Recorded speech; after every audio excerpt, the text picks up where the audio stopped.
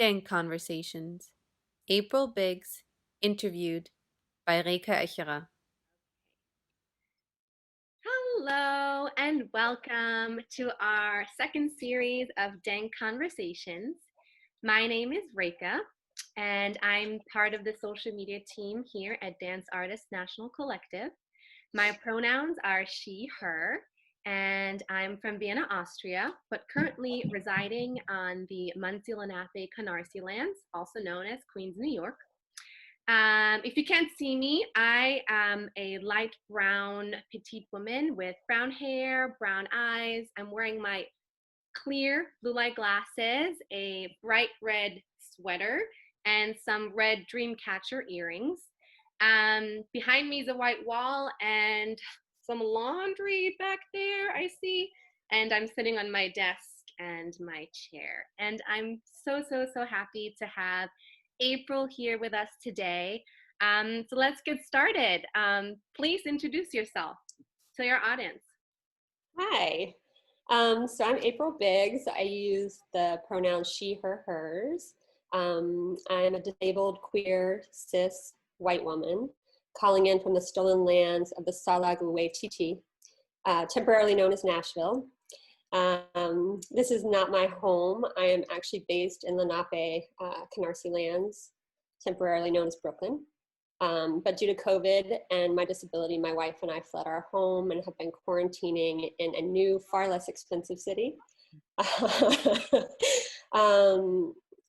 also, when I say that, I also want to acknowledge that we actually have the financial privilege to be able to leave our home for somewhere else. And there's a lot of people, especially disabled people, especially BIPOC disabled people, BIPOC trans disabled people that don't have that privilege. So I'm very aware that I am blessed and lucky really, to be able to have left when we did.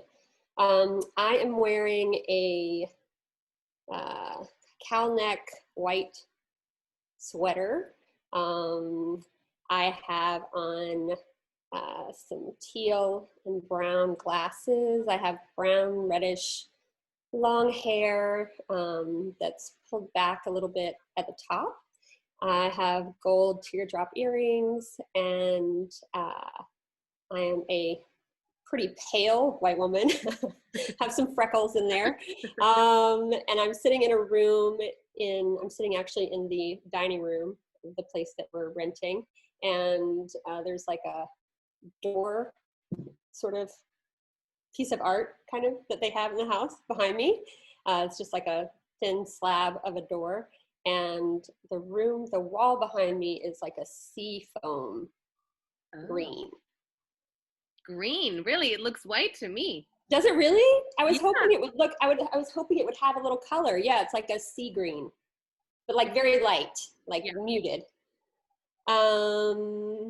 Yeah, I'm a dance maker, a performer, a teacher, an organizer, a disability justice activist, which is distinct from disability rights, but maybe we'll get into that. And I'm also a writer. Wonderful. That is so wonderful. I'm so happy that you have agreed to talk to me today. Oh, and my dog is making an appearance. Oh my gosh! This is Sprout. Beautiful. So she may pop her head up from time to time, just like everyone else. Just in time. Look at this one. Hi, Fiona.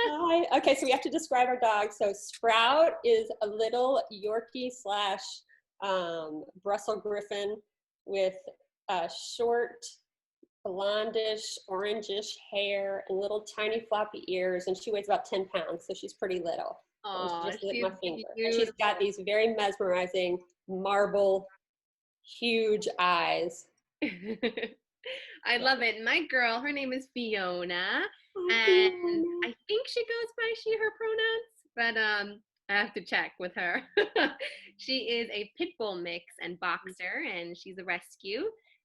She weighs about 43 pounds, so she is definitely heavy, but she's the perfect medium dog, and so lucky to have her. Yay! Yeah, but pit bulls are my heart. This is like another sort of tangent, but I used to run an animal rescue for like 5 years. Yeah, I founded a rescue in New York God, like back in 2008. And I specialized in pit bulls and really old cats that like I pulled them out of the local ACC, the Yeah. pound basically. Yeah. I never knew how much I would love pit bulls. I mean, she just came to us and they're the sweetest. And I'm so sad that they're being made out to be, you know, like evil dogs, and they're not at all. They're right. But let's get started. Dogs aside, we love our dogs. First question, why did you join DANC? How did you come to dance in general? Oh God, how did I come to dance in general? Okay. Yeah. I'll tackle that one first, I guess. So I grew up in the stolen lands of the Timucuan and Seminole, which is temporarily known as Jacksonville, Florida. And my mom and I moved there when I was, maybe a year and a half, because I was pretty sick, and we were living in a small little town in Georgia that was not, like, the doctors couldn't really figure out what was wrong with me.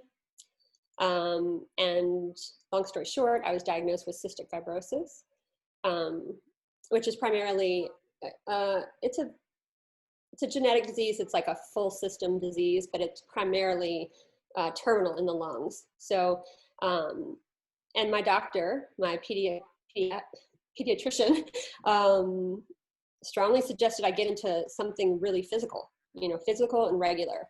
And my mom put me in dance. I was a very clumsy child. So mom put me in, not expect it to stick the way it did, but that's how I came to dance. It's very connected to disability for me. Yeah, so I won't go through my whole life story, but that's how I started dance.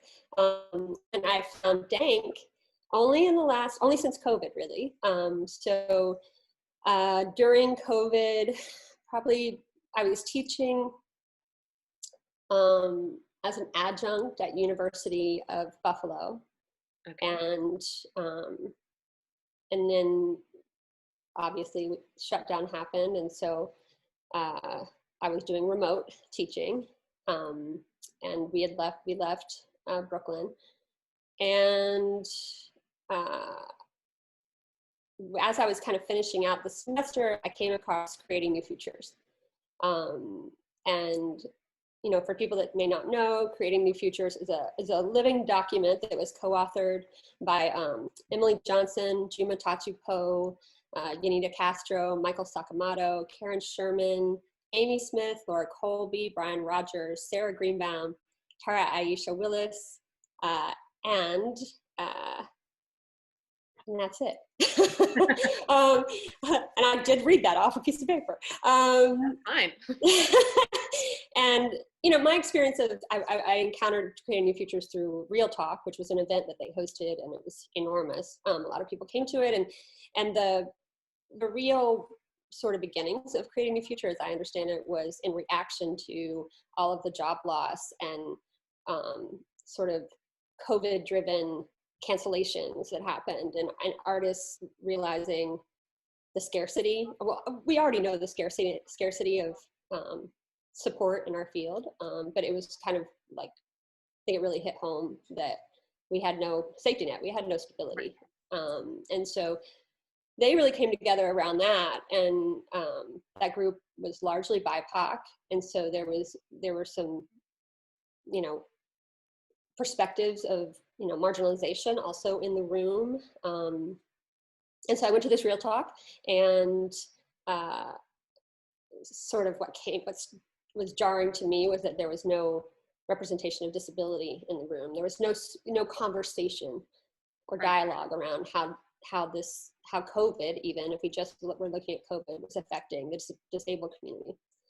So I from there ended up being part of a working group called Disability Plus Working Group in Creating New Futures, and I met Megan Wright.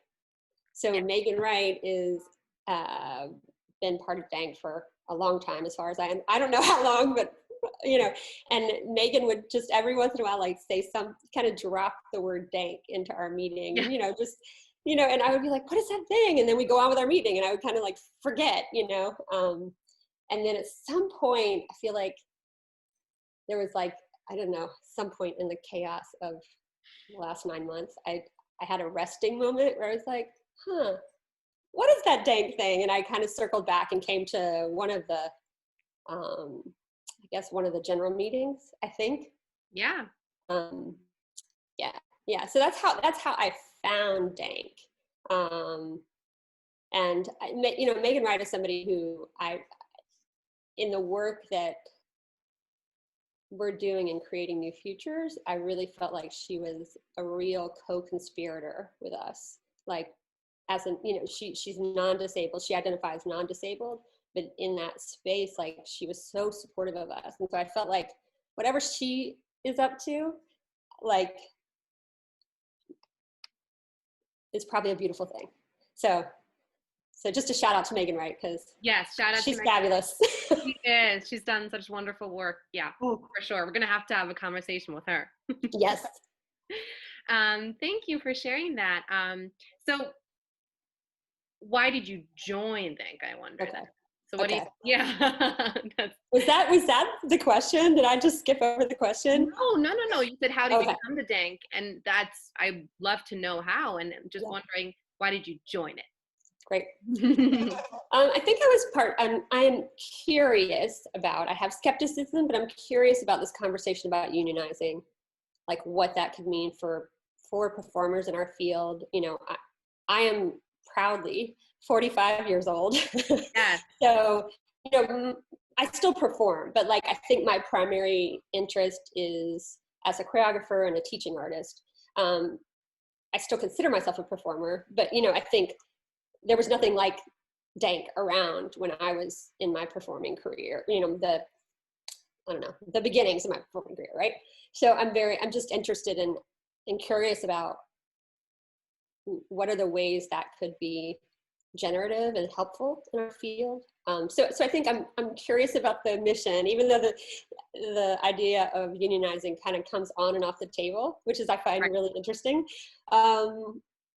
I also fell absolutely in love with Antoine Byers. I just love Antoine. So as soon as I met Antoine, I was like, yeah, I'm into this thing. Whatever's happening in this room, I'm going to hang out. So, but I also, you know, honestly, there was, I immediately noticed also like the lack of access. Yeah. Be careful when we say things like lack of access or no access or inaccessible. Like, those terms are a little absolute, and sometimes I don't think of accessibility as a verb, right? So it's something that we are like taking action towards. Like, and so it's not a fixed state that we're all trying to get to. And so I should say I noticed that there was accessibility missing in several areas, right? And those things were, you know, right off the bat. There were no captions, there was no ASL, no one was reading the chat, you know, for somebody who may be visually impaired and can't read the chat wasn't being brought in. People, when they spoke, weren't saying their name right before they spoke. So there were just sort of like really big pieces missing that even create the space that disabled people can come into a room and be heard and have space for what they need, right? So I think that was, I felt like I could be useful in that way. You know, I think that's always the thing when you join any sort of collective or grouping, right, or organization. There's probably like, you see somewhere you can be useful and you also are really interested in the mission or right? So it was both of those things for me. Absolutely. I mean, this brings us to the next question, but I just want to comment that this is why we're having this conversation with you. I think that I personally can say as soon as you joined DANC and you were in the room, something shifted. And I can say that I'm really thankful for that because it was what was needed. You know, you called us out in the best way, called us in, call out and in, you know, and I love that. I really appreciate that. And I think that we're on the the right track now, and we're here, all of us. This is part of it, you know, to learn more and to understand what accessibility really means. And I love how you said that it's a verb. Yeah. Exactly. It's ever evolving. So with that, how would you say has ableism showed up in your dance community? Mm. So I think that capitalism, colonialism have been very successful at convincing marginalized people that they are marginalized for a good reason.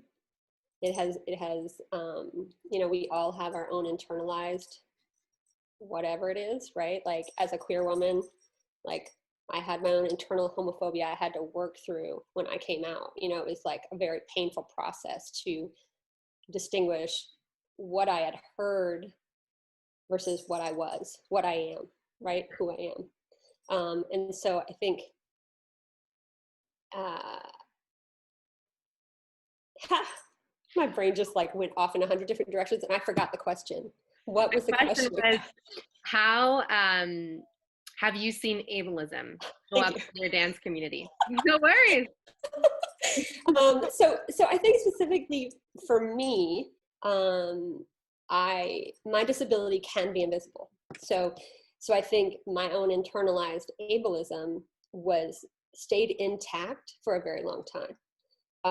And so how that showed up for me was, you know, when I was able to show up in spaces, I felt safe to do that when I felt healthy. Right. Right. And so there's a real unpredictability to my disability, and to many disabilities, honestly, but I can only speak for myself, right? And the unpredictability plays out in ways that in our very ableist world and our very ableist field. I mean, we are a corporeal field, right? Like we're working with the body the whole time. There's a whole lot of, you know, values that are like under the surface, that are held, you know, about how we show up, you know, what it means if we're not in the room, you know, what aesthetics what technical, you know, virtuosity we're reaching towards. All those things are very defined. And because I could sort of pass for, you know, mostly through like my high school years, once I went to undergrad, things really started shifting for me, and it was like I was constantly in this trying to catch up, trying to find new tools to survive, Yeah. literally, physically, and also like in the field. And then when I moved to New York, it just intensified. Like, I mean, just to kind of give you a frame, and like I don't, you know, in disability we sort of stray away sometimes from talking about the medical model of disability, but to share about my life specifically, when I was in college, my lung function had dropped to around 60%. And then by the time I got to New York and had been in New York for maybe 2 years, it dropped to 30. So for like a lot of what were supposed to be like my prime dance years, I had 30% lung function. Would you And mind describing what that could mean? 30, I mean, that sounds crazy. I mean, 30, we describe it in the cystic fibrosis community, we describe it as like breathing through a straw.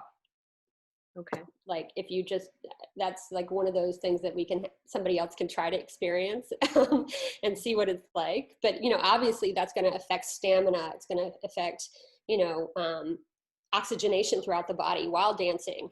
You know, I would have to stop and cough, you know, like, so it would affect attendance. You know, frankly, for me, the unpredictability shows up in like, oh, this is not a good day. I can't be in the room with everyone, you know?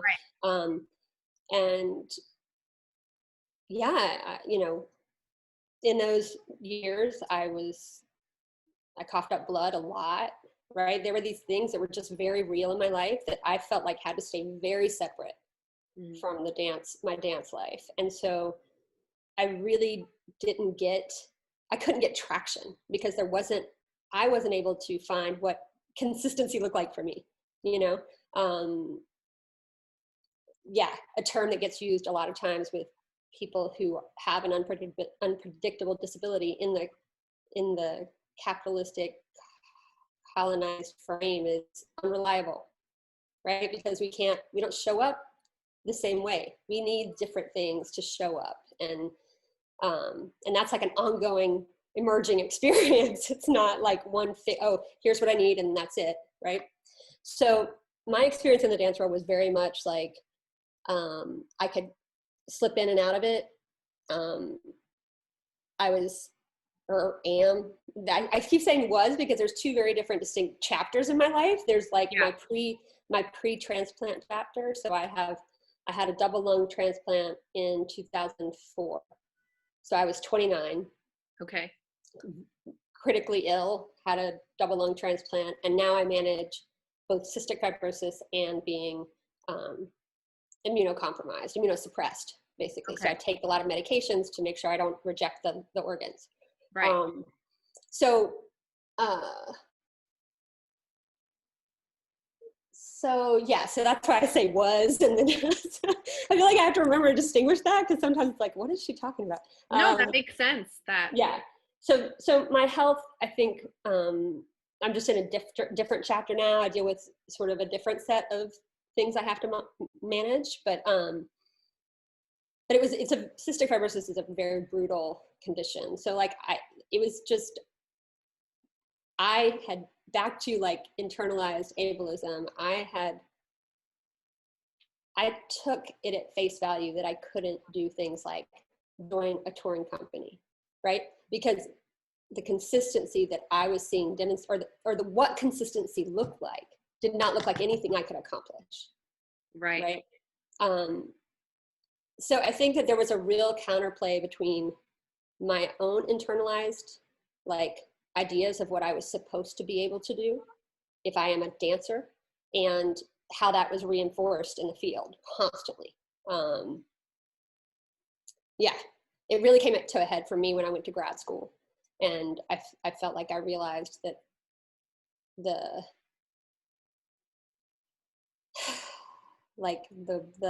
institution of higher ed, not shockingly, is extremely racist, extremely ableist, right? The list goes on and on. And I really had to come to terms with my own internalized ableism at that point, because I realized like that it wasn't okay, that I was being discriminated against the way I was being discriminated against. It was a real journey for me to come to like, no, I do deserve access. Everyone deserves access. Absolutely. Right? So I'm sort of, to be completely transparent, like in terms of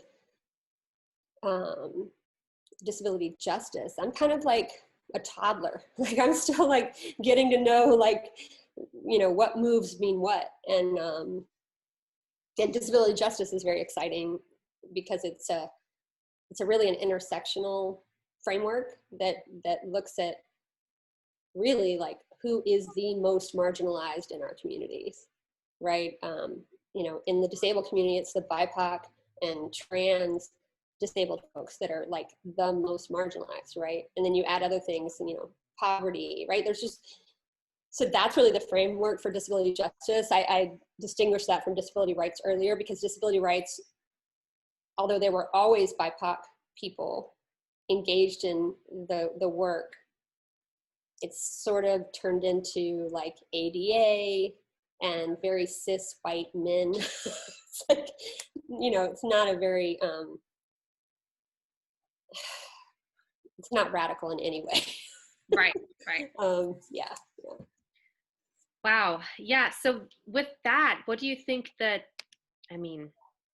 would be the top things that need to be improved to make this community more acceptable? I know there's a lot, but what would you say is for you the top? Specific to DANC or just in general, the dance community? I think in general, but then also in DANC, we can definitely dive into that as well. I mean, so many things. I think there's, structural, literal, physical, structural things. Like, how many studios are there in New York that don't have elevators? Right. That only have stairs. That's one, right? But beyond that, because I think that that's sometimes a box that gets checked, like, oh, we have a ramp, we have an elevator, box checked, we are now accessible, right? And accessibility goes way beyond that. I think we've even seen, just since we've all been sort of shoved into the digital realm, we've seen like, oh yeah, the dance field wasn't to do things like captions, like, like we've seen that sort of arc over, I'd say, the last 6 months, that people are really starting to put captions, at least captions in. So I think there's those very, very obvious things that can check a box, right? That can, you just do it. But then there's like real structural things that I think we need to address, and values. What does it mean to show up? I actually had someone say to me in grad school, like, if you're not in the room, you're not doing the work. And I think that's pretty standard, right? Like, that's pretty much how we think in dance. Like, you got to be in the room, right? And this digital realm has shown us, like, maybe that's not true. Maybe that's like, that was a huge assumption based on values, right? Based on able-bodied history, right? So I think starting to pull apart our value system and really like look at them, like, why do we say you have to be in the studio? Why do we say, that I don't know, my mind's kind of going blank. I think I'm just more like really like interested in this idea of, in general, in our field, like really pulling apart our values. I agree. I mean, it's even just normalizing that whoever told you that to then ask you, why aren't you in the room? Like, even, I think we've just so dehumanized ourselves, and it's just like, why do we not care? Like, there probably is a reason why this person isn't in the room. Let's check in with them and take the time for that. Like, even small of a thing like that would over time change our culture. So we're all in the machine, right? Like, I think that's the thing that I over and over come back to is, I mean, this colonial machine was designed to keep us apart and keep us separate, right? Like to undo our humanity and to like disentangle what the connections we do truly have. And so I think that we're constantly inside that bubble, right? Like, and so sometimes we just can't see what we can't see. We don't know what we don't know. And I have empathy for the field in that way. I don't think it's been intentional, for the most part. I don't think it's been an intentional injustice. Well, no, that's not true. That's not true. That's not true. Not true at all. We could talk about so much right now. Yeah. My brain is going to like all these different like, whew. Yeah, sorry. I warned you, this happens with me.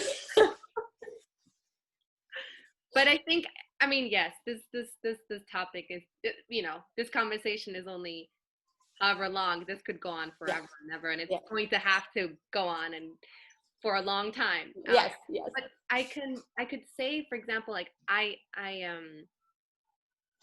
identify as non-disabled, right? But I've definitely been in situations where I've had some sort of, can I say, temporary disability, like I've had an injury or something.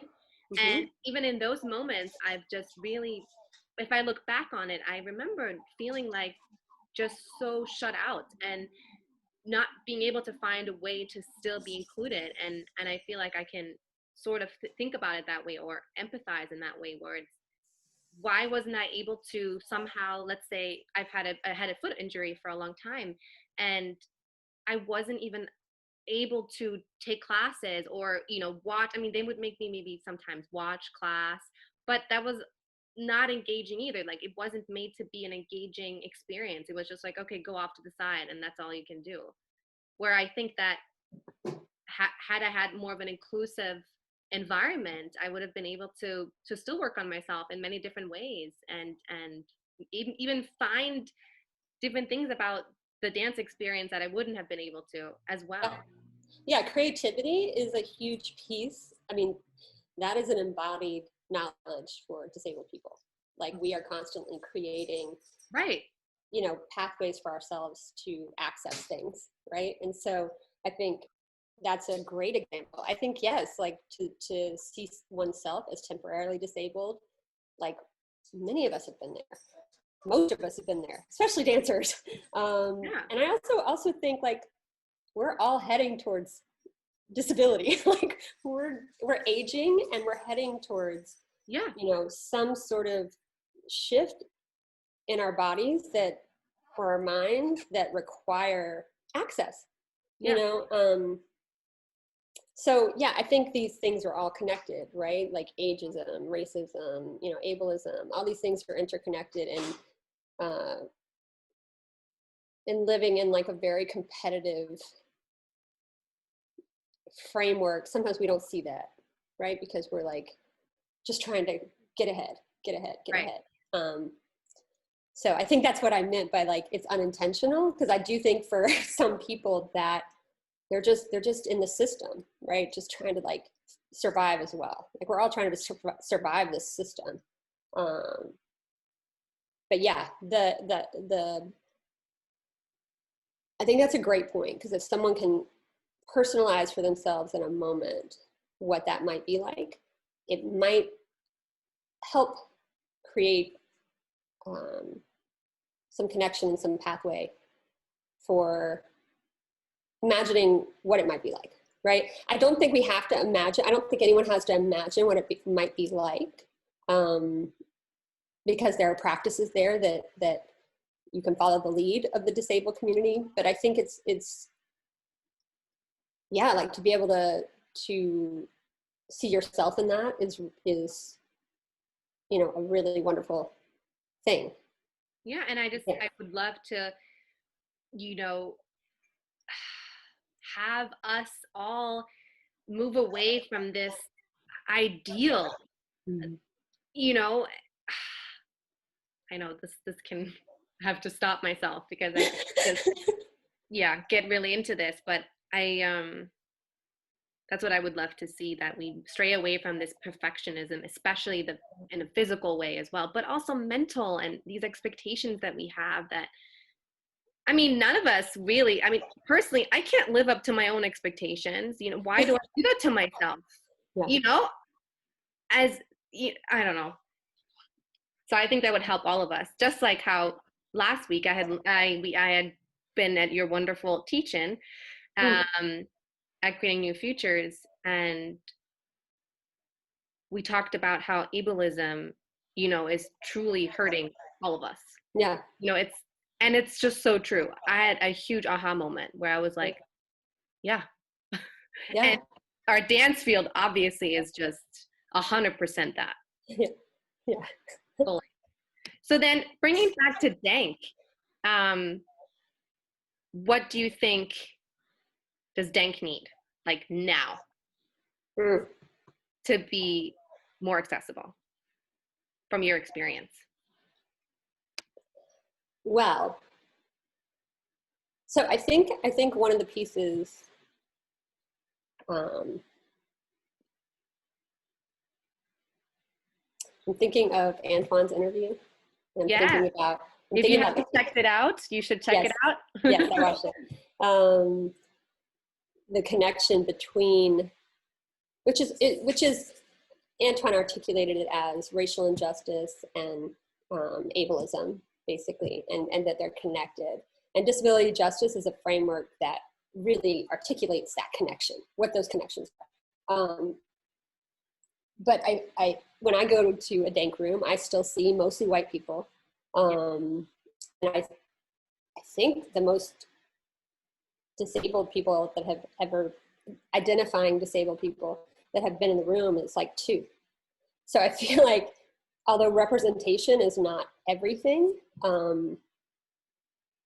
you know, you have to have a framework from which you're working to dismantle all of these things.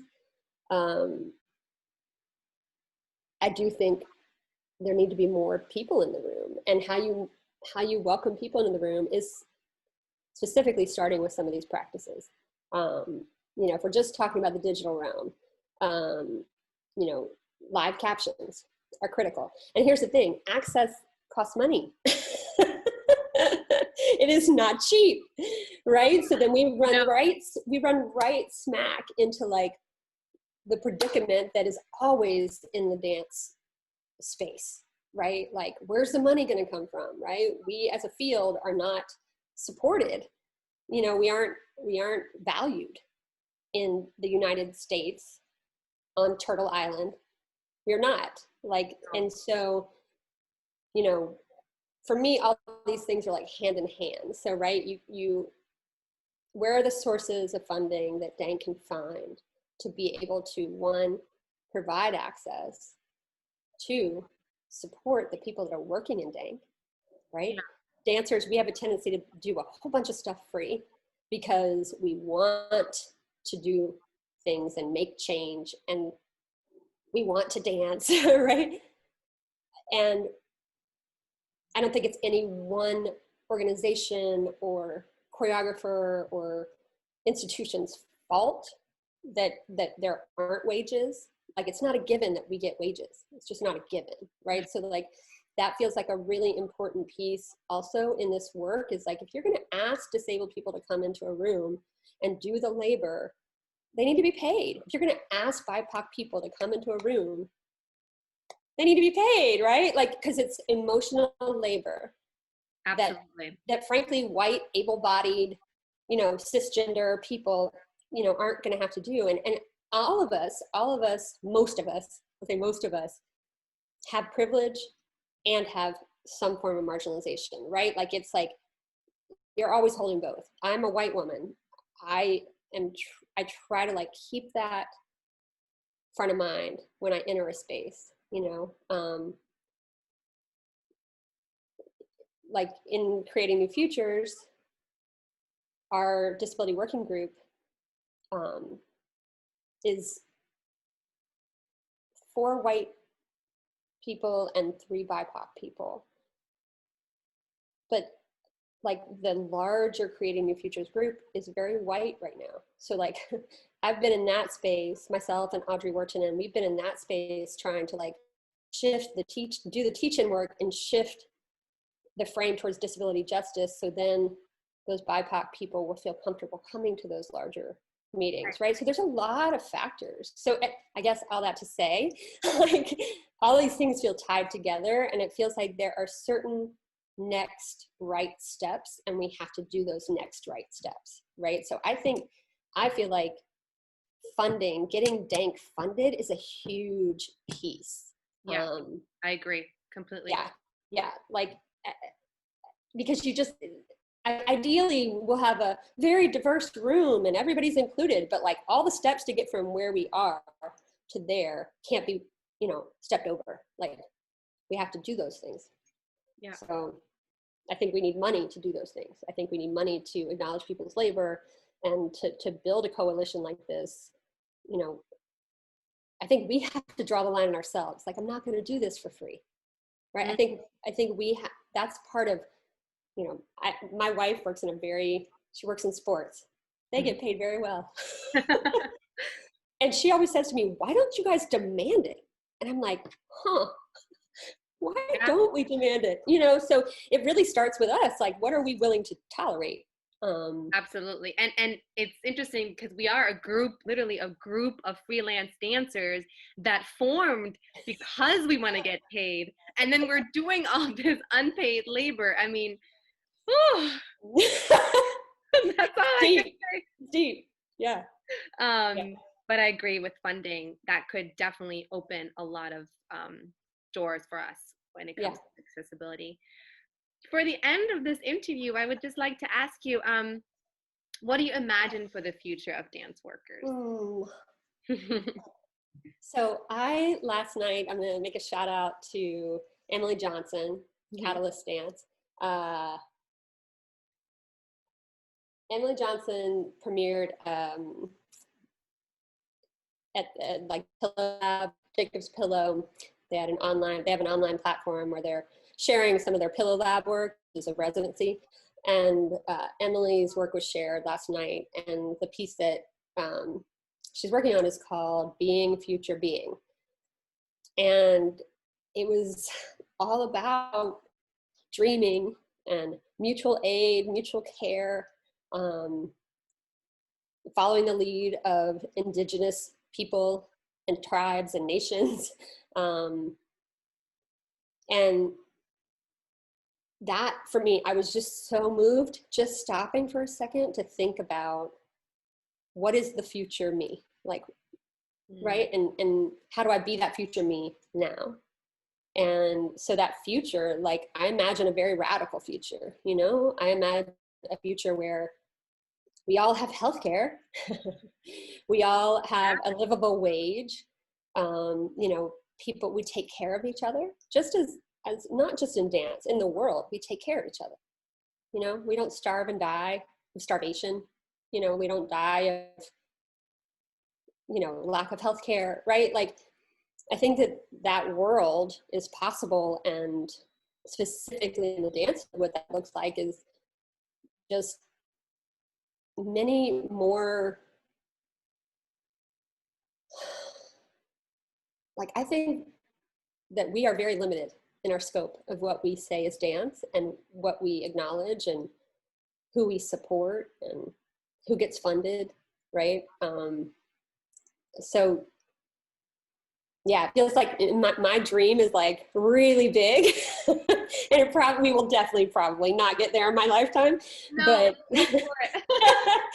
but like, you know, I just think liberation, right? Like liberation, liberation, all of us liberated. And I think the work that we have to do to liberate ourselves is hard work, right? Like the work that white people have to do, it's not easy work. You know, the work that able-bodied people have to do is not easy work, because part of it is to abandon this idea of, you know, arriving somewhere rather than we're all thriving together, right? But this idea of arriving somewhere separates us, that we're all in this competition to arrive somewhere.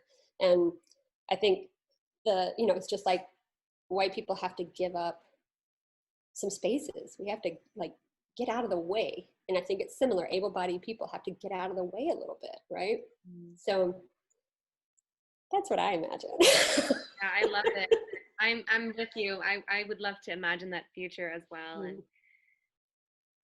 it was so wonderful talking to you, April. You too. Thank you so much for coming. And for anybody watching, DANC is the short version of Dance Artists National Collective. So we just say always DANC because that sounds good. But our next meeting is January 4th at 1 p.m. Eastern Standard Time on Zoom. You can find more information on our website and our Instagram, in our link in bio. And please come if you want to have more of these conversations. Meet April and many other wonderful human beings, and hopefully we'll see you there. Thank you again, April. Thank you. Bye. Sign our solidarity statement at www.danceartistsnationalcollective.org. Follow us on Instagram at Dance Artists National Collective and on Twitter at DANC National.